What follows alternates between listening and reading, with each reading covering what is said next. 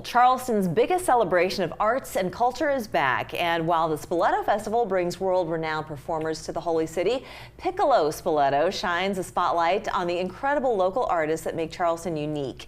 Let's welcome Rochelle Riley, Director of Cultural Affairs for the City of Charleston. Glad to have you with us. Thank you so much. So we often hear Spoleto and Piccolo Spoleto said in the same sentence. What is the difference between the two?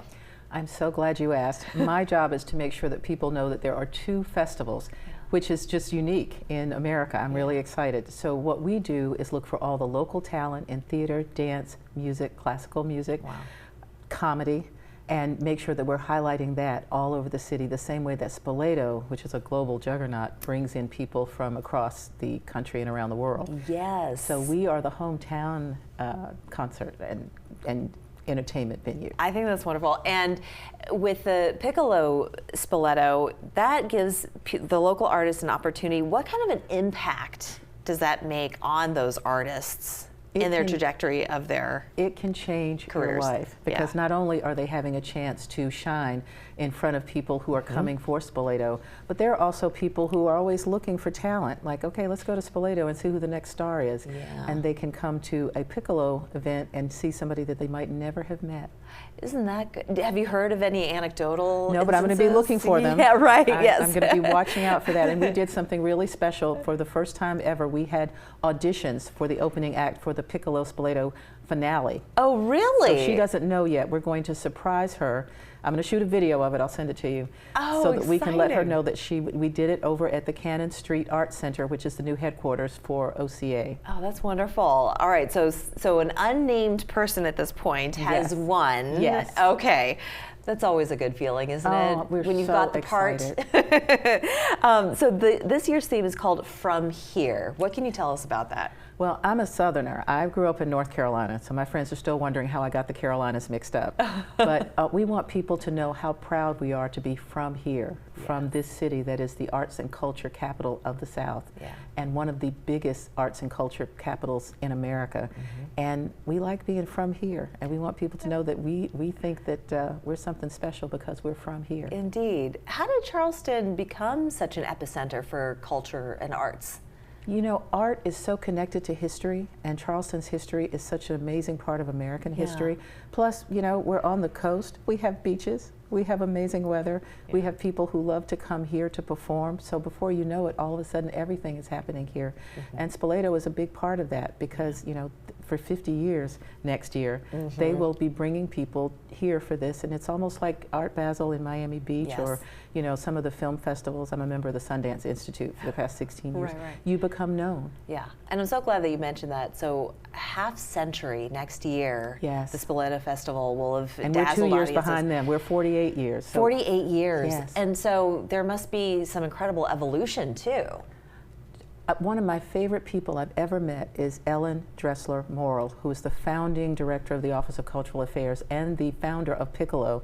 I had brunch with her. She is a hoot. And when I tell you that listening to all of the different ways that this has gone on over the years has been just amazing, breathtaking. Yes, and how far would you say it's come? Because, you know, it can certainly grow in terms of number of events, but then also I would think the caliber of talent has also evolved. When this started, this was sort of a family fun fest that Mayor Joe Riley wanted because he wanted to make sure that people who did not participate in Spoleto had the type of art experiences that he wanted everybody to have. Well, as more and more of the Charleston artists who are amazing got involved, all of a sudden you had lots of great talent and lots of events. Piccolo got up to almost 500 events before COVID. And then it dropped down to 134, 164, and 24. But we're back up to 250 this year. That's great. Okay, so what can people expect this year? Oh my God! Well, there's some on tap. We're going to open with the Sunset Serenade with the Charleston Symphony Orchestra in front of the Customs House, like every year. Yes. But we have kid karaoke where we're at the theater at Cannon Street. We're going to have kids be able to, and you never know. Again, they might be doing karaoke, but you could see a future Hamilton star right on that stage. I hope you've banned Baby Shark, though, from the repertoire. We didn't set any type of parameters, but if I hear it and we all turn our heads, then maybe the kids will go, maybe they don't want to hear that one. Right, yes. So kid karaoke, that's a great concept. Kid karaoke, wonderful. Yes. And what else do you have on tap? And we have our pilot Porch Concert, because we want to make sure that people see how that works to have music in your neighborhood. My goal is to make sure you can have music and joy everywhere across the city. I want to hear more about this. Okay, so very generous homeowners within the downtown Charleston community have opened up their porches. Well, here's the way it works. So what we have right now is on the promenade in front of Cannon Street, which is our headquarters, we have a single artist who's doing an intimate kind of tiny desk concert for people. Yes. We're going to show that to people, and we want them to show how you can do this right on your front or back porch. So we're starting with that pilot. Yeah. But once we get people signed on, we want to make sure that we make it easier for them to do it. And that way you will hear music everywhere. We want one on Johns Island, we want one on James Island, we want one on Daniel Island, we want one in West Ashley. And pretty soon, if we have our way about it, we can make sure that people are doing them by the dozens. Yes, that sounds like so much fun. Now, you had mentioned Ellen Dressler Morrill, Yes. so there's going to be a special tribute to her this year. So excited. So And much deserved. She is literally the reason there's a piccolo, and she's a beautiful cellist. So we are going to have the first annual Ellen Dressler Morrill cello concert at the City Gallery, which the city owns. And we're going to make sure we do that every year. And we were looking for something at the suggestion of City Councilman Seekings, because he said she absolutely deserves something, and, Yes. and make sure we do it all the time. And he knows what he's talking about. He does know what he's talking about. Yeah, that's great. Before we get into the details of when this all starts, finally, what is the impact that you hope that Piccolo Spoleto has on the community? To live in a city where for 17 days you have art and culture and fabulous things. Oh, and I forgot to mention circus performers. We're going to have, back in the day, you know, everywhere you went you could tell it was Piccolo.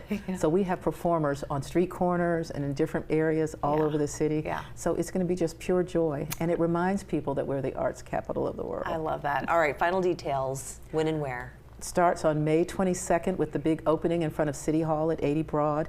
We're going to do the same thing they do every year, shoot out the confetti, have a speech from the mayor, and then we are going to have the Sunset Serenade at 8 p.m. in front of the Custom House. And then every day after that through June, well, I guess June 2nd, 3rd, whatever. No, June 7th, that's right. We're going to have events all over the city, in the churches, on the streets, everywhere. Rochelle, we're going to have arts coming out of our ears. I can't wait. Which I love. Thank you so much for sharing with us. you. It's been a pleasure. Thank you very much. We'll be back after this.